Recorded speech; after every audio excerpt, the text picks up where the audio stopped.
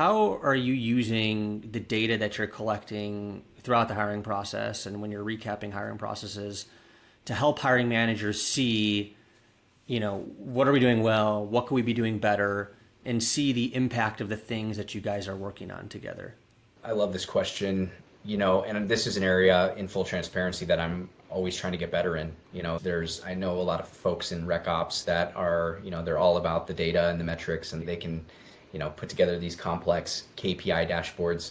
In a startup, I don't think it necessarily needs to be at that level. I think what you need to do is find actual data and metrics that tells a story and is relevant to the business. And so, I'm always looking to create a very kind of like straightforward dashboard of metrics that, again, tie into the story of where we're trying to go as an organization. Things like time to fill, which are very common in the talent acquisition space. I actually don't like that as an individual recruitment metric or an individual talent acquisition metric, because I think there's so many factors that influence that number.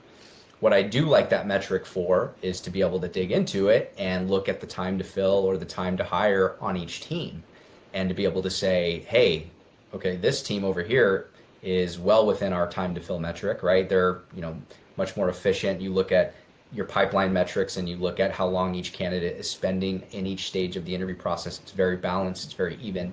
When you go over to this team, they're well above what our core metric is from a time to fill standpoint. If you look at their pipeline, they have candidates hanging out in the first interview process, for 6 weeks, right? And then, there's this long gap when they're moved to the next stage. And then you can really see and pinpoint where the potential bottlenecks are. So it's not necessarily just looking at the metric from an organizational standpoint, but from a team standpoint, to be able to understand, okay, where are the opportunities for us?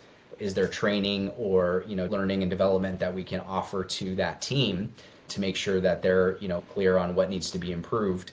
And I'm a strong believer in, especially if you're hiring on a consistent basis, getting together with your hiring teams on whether it's quarterly, monthly, whatever it may be, and not just to say, hey, what's upcoming? What do you need? But to say, hey, let's take a look at your metrics, your team's metrics for the last, 90 days or 6 months, and see, how you guys ranked against what our core metrics are.